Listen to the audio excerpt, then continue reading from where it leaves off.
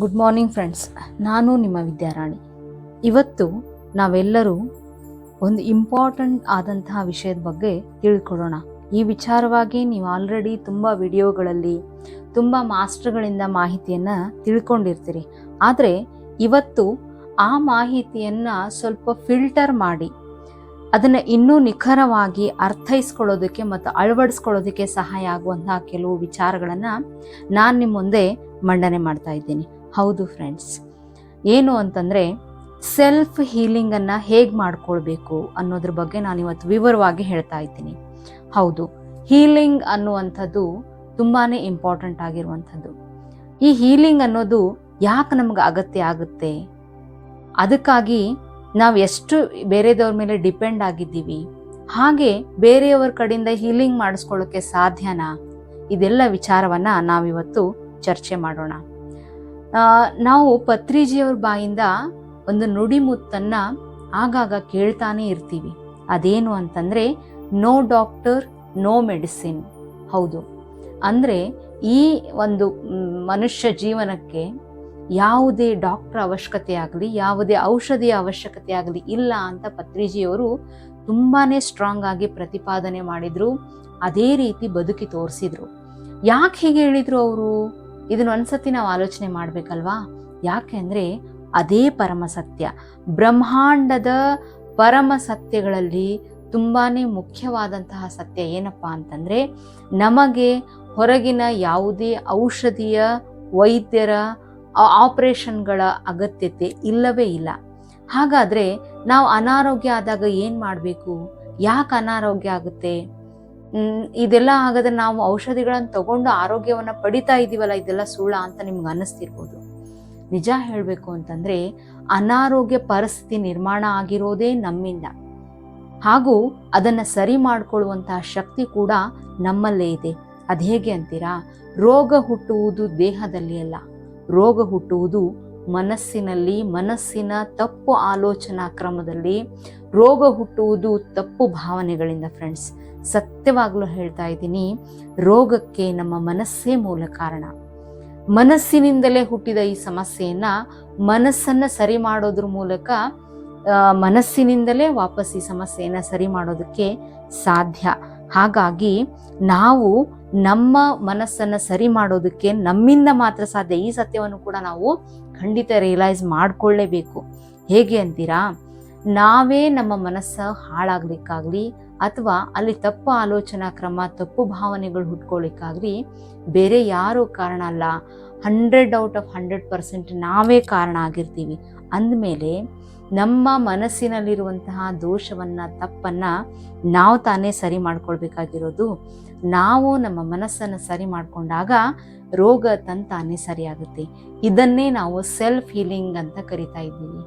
So ಹೀಲಿಂಗಾಗಿ ನಾವು 108 ಥರದ ಪದ್ಧತಿಗಳ ಕಡೆಗೆ, ವೈದ್ಯರ ಕಡೆಗೆ, ಹೀಲರ್ಸ್ ಕಡೆಗೆ, ಹೀಗೆ ಬಾಬಾಗಳ ಕಡೆಗೆ, ಸ್ವಾಮೀಜಿಯವರ ಕಡೆಗೆ, 108 ಬಗೆಯ ಜನರ ಕಡೆಗೆ ಹೋಗಿ ಅವರಿಂದ ಇದು ಹೀಲಾಗುತ್ತೆ, ಇವರಿಂದ ಇದು ಹೀಲಾಗುತ್ತೆ ಅಂತ ಹೇಳಿ ನಾನಾ ಮೂಢನಂಬಿಕೆಗಳ ಹಿಂದೆ ಬಿದ್ದಂತಹ ಜನರಿಗೆ ಏನು ಕಡಿಮೆ ಇಲ್ಲ ಫ್ರೆಂಡ್ಸ್. ಆದರೆ ಒಂದಂತೂ ಪರಮ ಸತ್ಯ, ಯಾರು ಯಾರನ್ನು ಹೀಲ್ ಮಾಡೋದಕ್ಕೆ ಸಾಧ್ಯವೇ ಇಲ್ಲ. No one can heal anybody, we can heal our self only. ನಾವು ನಮ್ಮನ್ನು ಮಾತ್ರ ಹೀಲ್ ಮಾಡ್ಕೊಳ್ಳೋದಕ್ಕೆ ಸಾಧ್ಯ, ಯಾರು ಯಾರನ್ನು ಹೀಲ್ ಮಾಡೋದಕ್ಕೆ ಸಾಧ್ಯವೇ ಇಲ್ಲ. ಇದೊಂದು ನಮ್ಮ ವೀಕ್ನೆಸ್ಸನ್ನು ಕ್ಯಾಚ್ ಮಾಡಿಕೊಂಡು ಒಂದು ಬಿಸ್ನೆಸ್ ಅಥವಾ ಮಾಫಿಯಾ ಥರ ಕೂಡ ನೂರಾರು ರೀತಿಯ ಈ ಡಾಂಬಿಕತೆಗಳು ನಡೀತಾ ಇದ್ದಾವೆ. ನಾವು ನಿಮ್ಮನ್ನು ಹೀಲ್ ಮಾಡ್ತೀವಿ, ಈ ಥರದ ಚಿಕಿತ್ಸೆಯಿಂದ ನಿಮ್ಮ ರೋಗಗಳು ಹೀಲ್ ಆಗುತ್ತೆ ಅಂತ. ಅದೆಲ್ಲದೂ ಕೂಡ ನಮ್ಮ ನಂಬಿಕೆಯ ವಿಶ್ವಾಸದ ಮೇಲೆ, ನಮ್ಮ ಮನಸ್ಸಿನಲ್ಲಾಗುವ ಪರಿವರ್ತನೆಯಿಂದ ಆಗುತ್ತೆ ಹೊರತು ಹೊರಗಿನ ಯಾವುದೇ ಔಷಧಿಯಿಂದಾಗಲಿ, ಯಾವುದೇ ಚಿಕಿತ್ಸೆಯಿಂದಾಗಲಿ ಅಲ್ಲ. ನಿಮ್ಮ ದಿವ್ಯ ಔಷಧಿ ನೀವೇ ಫ್ರೆಂಡ್ಸ್. ಹೌದು, ನೀವೇ ನಿಮ್ಮ ದಿವ್ಯ ಔಷಧಿ, ನೀವೇ ನಿಮ್ಮ ಎಲ್ಲ ರೋಗಗಳ ಮೂಲಕಾರಕರು. ಹಾಗಾಗಿ ಚಿಕಿತ್ಸಕರು ಕೂಡ ನೀವೇ ಆಗಿರ್ತೀರಿ. ನಾವು ಯಾಕೆ ಅನಾರೋಗ್ಯಕ್ಕೆ ಆಗ್ತೀವಿ ಅಂತಂದರೆ, ಯಾವಾಗಲೂ ರೋಗಿಯಾಗಿಯೇ ಇರ್ತಾನೆ. ಯಾಕಂದರೆ ಆತ ಯೋಗಿಯಾಗುವ ದಾರಿಯಲ್ಲಿ ಹೊರಟಿರೋದೇ ಇಲ್ಲ.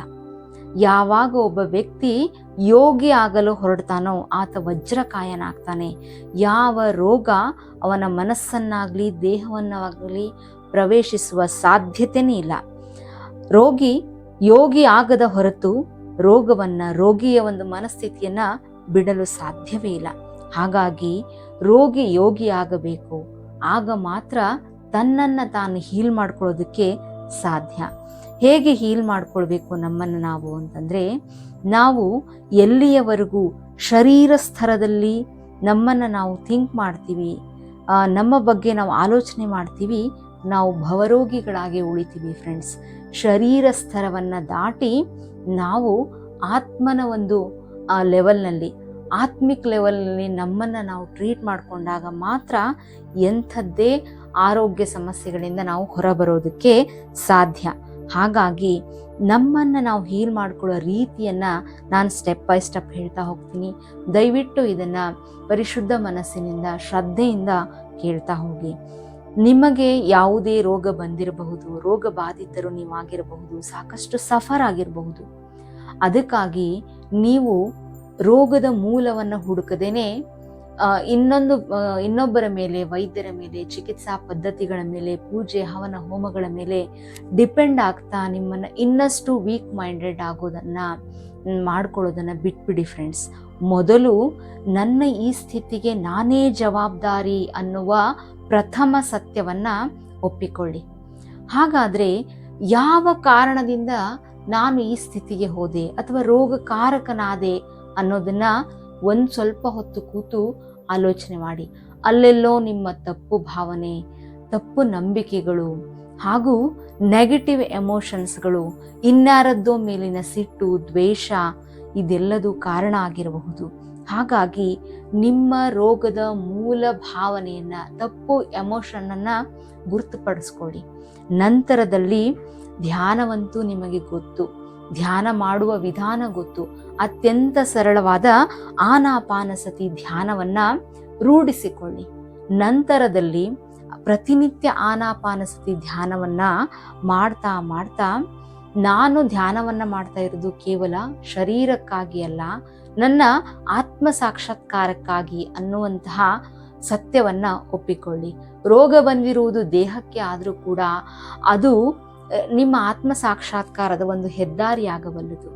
ರೂಮಿ ಒಂದು ಕಡೆ ಹೇಳ್ತಾರೆ, where there is the wound, that is the way to your enlightenment ಅಂತ. ಅಂದರೆ ನಿಮಗೆ ಬಂದಿರುವಂತಹ ನೋವು, ಕಷ್ಟ, ರೋಗ ಇದೇ ನಿಮ್ಮ ಆತ್ಮ ಸಾಕ್ಷಾತ್ಕಾರದ ಮಹಾದಾರಿ ಅಂತ ರೂಮಿ ಅನ್ನುವಂತಹ ಒಬ್ಬ ಗ್ರೇಟ್ ಸ್ಪಿರಿಚುವಲ್ ಸೈಂಟಿಸ್ಟ್ ಒಂದು ಕಡೆ ಹೇಳ್ತಾರೆ.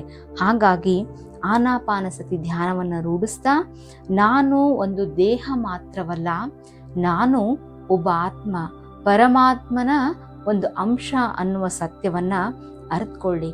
ಪರಮಾತ್ಮನ ಅಂಶ ನೀವಾದಮೇಲೆ ನಿಮ್ಮನ್ನು ನೀವು ಗೌರವಿಸಿಕೊಳ್ಳೋದನ್ನು, ಪ್ರೀತಿಸಿಕೊಳ್ಳೋದನ್ನು ರೂಢಿಸ್ಕೊಳ್ಳಿ ಫ್ರೆಂಡ್ಸ್. ಹೇಗೆ ಅಂತೀರಾ? ನಮಗೆ ಗೊತ್ತಿಲ್ಲದೇನೆ ಎಷ್ಟೋ ಬಾರಿ ನಮ್ಮನ್ನೇ ನಾವು ಡಿಸ್ಲೈಕ್ ಮಾಡ್ತಾ ಇರ್ತೀವಿ, ನಮ್ಮಲ್ಲಿನ ಕುಂದುಕೊರತೆಗಳನ್ನು ನಾವೇ ಹೇಟ್ ಮಾಡ್ತಾ ಇರ್ತೀವಿ, ನಮ್ಮನ್ನೇ ನಾವು ಪ್ರೀತಿಸ್ಕೊಳ್ತಿರಲ್ಲ. ಹಾಗಾಗಿ ಸೆಲ್ಫ್ ಲವ್ ಅನ್ನುವಂಥದ್ದು ತುಂಬಾ ಮುಖ್ಯ. ಒಂದು ಎಕ್ಸಾಂಪಲನ್ನು ನಾನು ನಿಮಗೆ ಕೊಡಬಲ್ಲೆ. ಈಗ ನೀವು ತುಂಬ ಜನರನ್ನ BP ಅಥವಾ ಹಾರ್ಟ್ ಪ್ರಾಬ್ಲಮ್ಮಿಂದ ನರಳ್ತಾ ಇರೋರನ್ನ ನೋಡಿರ್ತೀರಿ. ಅವರೆಲ್ಲ ತಮ್ಮನ್ನು ತಾವು ಹೇಗೆ ಹೀಲ್ ಮಾಡ್ಕೊಳ್ಬೇಕು ಅಂತಂದರೆ, ಮೊದಲು ಈ ಸಮಸ್ಯೆಗೆ ನಾನೇ, ಅಂದರೆ ನನ್ನ ಭಾವನೆಗಳೇ, ನನ್ನ ತಪ್ಪು ಕಲ್ಪನೆಗಳೇ ಕಾರಣ ಅನ್ನೋದನ್ನು ಸಂಪೂರ್ಣವಾಗಿ ಒಪ್ಪಿಕೊಂಡು ಬೇರೆಯವರನ್ನು ಬ್ಲೇಮ್ ಮಾಡೋದನ್ನು ಬಿಟ್ಬಿಡಬೇಕು. ನಂತರದಲ್ಲಿ ಯಾವ ತಪ್ಪು ಭಾವನೆ, ಯಾರ ಮೇಲಿನ ಕೋಪ, ಯಾರ ಮೇಲಿನ ದ್ವೇಷ, ಯಾರ ಮೇಲಿನ ಸಿಟ್ಟು, ಹೀಗೆ ಯಾವುದು ನನ್ನ ಈ ಒಂದು ರೋಗಕ್ಕೆ ಕಾರಣ ಅನ್ನೋದನ್ನು ನೀವು ಕಂಡುಕೊಳ್ಳಿ. ನಂತರದಲ್ಲಿ ಪ್ರತಿನಿತ್ಯ ಆನಾಪಾನಸತಿ ಧ್ಯಾನವನ್ನು ತಪ್ಪದೇ ಮಾಡ್ತಾ ಹೋಗಿ. ಈ ಹಂತದಲ್ಲಿ ಆನಾಪಾನಸತಿ ಧ್ಯಾನದ ಜೊತೆಗೆ ನಮ್ಮ ಹೃದಯ ವೈಶಾಲ್ಯತೆ, BP ಬರೋದಕ್ಕೆ ಕಾರಣ ಏನು ಅಂತಂದರೆ ಹೃದಯದ ರಕ್ತನಾಳಗಳು ಕೊಬ್ಬು ತುಂಬಿಕೊಂಡು ಚಿಕ್ಕದಾಗಿರೋದು. ಆ ಹಂತದಲ್ಲಿ ನಮ್ಮನ್ನು ನಾವು ಸೆಲ್ಫ್ ಹೀಲಿಂಗ್ ಮಾಡ್ಕೊಳ್ಳೋದಕ್ಕೆ ಏನು ಮಾಡಬೇಕು ಅಂತಂದರೆ, ನಾವು ನನಗಾಗಿ ಮಾತ್ರ ಅಲ್ಲ, ನನ್ನ ಆತ್ಮ ಸಾಕ್ಷಾತ್ಕಾರ ನನಗಾಗಿ ಮಾತ್ರ ಅಲ್ಲ, ಇಡೀ ಜಗತ್ತಿನ, ಇಡೀ ಯೂನಿವರ್ಸಿನ ಒಳಿತಿಗಾಗಿ ನಾನು ಈ ದಾರಿಯನ್ನು ಕಂಡುಕೊಳ್ತಾ ಇದ್ದೀನಿ ಅಂತ ನಿರ್ಧಾರ ಮಾಡಿಕೊಂಡು ಧ್ಯಾನ ಮಾಡ್ತಾ ಮಾಡ್ತಾ ಮನಸ್ಸನ್ನು ಅಂದರೆ ನಿಮ್ಮ ಅನಾಹತ ಚಕ್ರವನ್ನು ಸರಿ ಮಾಡಿಕೊಳ್ಳಿ. ಸರಿಯಲ್ಲದ ಭಾವನೆಗಳನ್ನು ಬದಲಾಯಿಸಿಕೊಳ್ಳಿ. ಎಲ್ಲರನ್ನ ಕ್ಷಮಿಸಿಬಿಡಿ. ನಿಮ್ಮ ತಪ್ಪುಗಳನ್ನು ಒಪ್ಪಿಕೊಂಡು ಮನಸ್ಸಿನಲ್ಲಿಯೇ ಕ್ಷಮೆ ಕೇಳಿ. ಜೊತೆಗೆ ಆತ್ಮದ ಒಂದು ಹಂತದಲ್ಲಿ ನಾನು ಒಂದು ಆತ್ಮ, ನನಗೆ ಸಾವು ನೋವು ರೋಗ ಯಾವುದೂ ಇಲ್ಲ. ಆದರೆ ನಾನು ಸೇವೆಗಾಗಿ ನನ್ನ ಆರೋಗ್ಯವನ್ನು, ನನ್ನ ಆತ್ಮದ ಉದ್ಧಾರಕ್ಕಾಗಿ ನನ್ನ ಆ ಸೇವೆಯನ್ನು ಬಳಸ್ಕೊಳ್ತೀನಿ ಅಂತ ಯೂನಿವರ್ಸ್ಗೆ ಒಂದು ಪ್ರಾಮಿಸ್ ಮಾಡಿ. ನೀವು ಯೂನಿವರ್ಸ್ಗೆ ಕೊಡುವಂತಹ ಈ ಸೇವೆ ಅನ್ನುವಂತಹ ವಚನ, ಪ್ರಾಮಿಸ್, ಪ್ರತಿಜ್ಞೆ ಇಷ್ಟು ಚೆನ್ನಾಗಿ ವರ್ಕ್ ಆಗುತ್ತೆ ಅಂತಂದರೆ ಯೂನಿವರ್ಸ್ಗೆ ಪಟ್ಟಂತ ಕೇಳಿಸುವಂಥ ಶಬ್ದವೇ ಸೇವೆ. ಹಾಗಾಗಿ ನಾನು ಧ್ಯಾನ ಸೇವೆ ಮಾಡ್ತೇನೆ, ಇನ್ನೊಬ್ಬರಿಗೆ ಸಹಾಯದ ಹಸ್ತವನ್ನು ಚಾಚ್ತೇನೆ. ಎಲ್ಲರೂ ಬದುಕಿನಲ್ಲಿ ನೆಮ್ಮದಿಯಾಗಿ ಬಾಳಬೇಕು ಅಂತಂದರೆ ಅವರು ಅವರವರ ಭಾವನೆಗಳನ್ನು ಸರಿ ಮಾಡ್ಕೊಳ್ಳೋದಕ್ಕೆ ನಾನು ಸಹಾಯ ಮಾಡ್ತೀನಿ ಅಂತ ನೀವು ನಾನು ಸೇವೆ ಮಾಡ್ತೀನಿ, ಹಾಗಾಗಿ ನಾನು ಆರೋಗ್ಯವನ್ನು ಹೊಂದುತ್ತಾ ಇದ್ದೀನಿ ಅಂತ ನಿಮ್ಮಷ್ಟಕ್ಕೆ ನೀವೇ ಫೀಲ್ ಮಾಡ್ತಾ ಹೋಗಿ. ನಿಮ್ಮ ದೇಹದಲ್ಲಿ ಹೋಗುವ ಪ್ರತಿಯೊಂದು ಉಸಿರು ನಿಮ್ಮ ಆರೋಗ್ಯವನ್ನು ಒಳ ತೆಗೆದುಕೊಳ್ತಾ ಹೋಗ್ತಾ ಇದೆ. ಹೊರಗೆ ಬರುವ ಪ್ರತಿಯೊಂದು ಉಸಿರು ನಿಮ್ಮಲ್ಲಿ ಸರಿಯಲ್ಲದೆ ಇರತಕ್ಕಂತಹ ಎಲ್ಲ ಆಲೋಚನೆ, ಭಾವನೆ, ನೋವುಗಳನ್ನು ಹೊರ ಹಾಕ್ತಾ ಇದೆ ಅಂತ ಫೀಲ್ ಮಾಡಿ. ದಯವಿಟ್ಟು ಈ ಕೆಲಸವನ್ನು ಪ್ರತಿದಿನ ಮಾಡ್ತಾ ಬನ್ನಿ ಫ್ರೆಂಡ್ಸ್. ಆಗ ನಿಮ್ಮನ್ನೇ ನೀವು ಹೀಲ್ ಮಾಡ್ಕೊಳ್ಳೋದು ನಿಮಗೆ ಅನುಭವ ಆಗುತ್ತೆ. ನಿಮ್ಮ ಭಾವನೆ, ನೀವು ಹೊಂದುವಂತಹ ಆಲೋಚನೆ, ಅಲ್ಲಿ ಪಡುವಂತಹ ತೃಪ್ತಿ ಏನಿದೆಯಲ್ಲ ಅದು ನಿಮ್ಮನ್ನು ಹೀಲ್ ಮಾಡೋದಕ್ಕೆ ಶುರುವಾಗುತ್ತೆ. ಜೊತೆಗೆ ಈ ಪ್ರಕೃತಿಗೆ, ಭಗವಂತನಿಗೆ ಅಥವಾ ಯೂನಿವರ್ಸ್ಗೆ ನನಗಾಗಿ ಈ ಅವಕಾಶವನ್ನು ನೀನು ಕೊಟ್ಟಿದ್ದಕ್ಕಾಗಿ ನಿನಗೆ ಅನಂತ ಕೋಟಿ ಧನ್ಯವಾದಗಳು ಅಂತ ಪ್ರತಿನಿತ್ಯ ಹೇಳ್ತಾ ಬನ್ನಿ. ನಿಮ್ಮನ್ನು ಈ ಆತ್ಮ ಸಾಕ್ಷಾತ್ಕಾರದ ಹಾದಿಗೆ ತಂದಿದ್ದಕ್ಕಾಗಿ ಆ ಒಂದು ರೋಗ ಸ್ಥಿತಿಗೆ ಧನ್ಯವಾದವನ್ನು ಹೇಳ್ತಾ ಬನ್ನಿ. ಆಗ ನೀವು ಅವೇರ್ನೆಸ್ನಿಂದ ಯೋಗಿ ಆಗೋದಕ್ಕೆ ಹೊರಡ್ತಾ ಇದ್ದೀರಿ ಅನ್ನುವಂಥ ಅರಿವು ನಿಮಗಾಗುತ್ತೆ. ಅಷ್ಟಕ್ಕೂ ಈ ದೇಹ ಏನು ಗೊತ್ತೇ, ಈ ಆತ್ಮದ ಛಾಯೆ ಇದು. ಇಟ್ಸ್ ಎ ಶ್ಯಾಡೋ ಆಫ್ ಆತ್ಮ. ಹಾಗಾಗಿ ನಾವು ಆತ್ಮಿಕ್ ಲೆವೆಲ್ನಲ್ಲಿ ಥಿಂಕ್ ಮಾಡಬೇಕು. ಶರೀರ ಸ್ತರವನ್ನು ದಾಟಿ ಭವರೋಗಿಗಳಾಗೋದನ್ನು ಬಿಟ್ಟು ನಾವು ಯೋಗಿಗಳಾಗಬೇಕು.